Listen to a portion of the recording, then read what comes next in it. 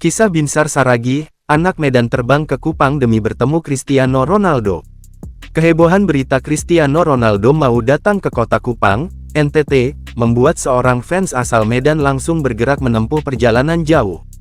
Adalah Binsar Saragih, 27, pria asal Medan, Sumatera Utara, rela melampaui batas jarak, waktu, dan biaya demi bertemu dengan idolanya. Binsar menceritakan perjuangannya untuk bisa tiba di kota Kupang. Setelah saya dengar informasi dan cari tahu di media sosial tentang kedatangan CR7, saya langsung memutuskan datang ke kota Kupang. Saya ingin bertemu dengannya sekali seumur hidup, ujarnya Selasa tanggal 18 Februari tahun 2025 malam, dilansir dari pos tanda hubung kupang.com, di markas pena Real Madrid de Indonesia Permi Regional Kupang, di Kelurahan Usapa Barat, Kota Kupang.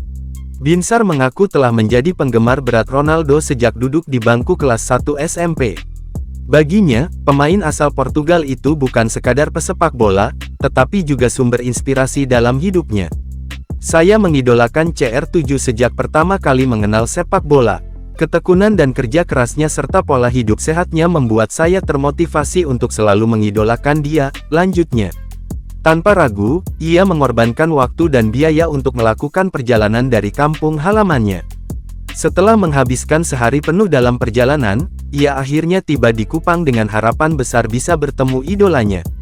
Namun, hingga saat ini, menurut dia belum ada informasi resmi mengenai kunjungan Cristiano Ronaldo ke kota Kupang, NTT. Binsar tetap menunggu dan selalu memantau perkembangan kepastian kedatangan sang idolanya itu. Meski begitu, Binsar tetap berharap bahwa suatu saat nanti Ronaldo benar-benar bisa menginjakkan kaki di Provinsi Nusa Tenggara Timur. Saya berharap CR7 bisa berkunjung ke kota Kupang. Kehadirannya pasti akan memotivasi anak-anak muda, terutama para pesepak bola di sini, untuk bermimpi besar dan bekerja keras seperti dirinya, pungkasnya.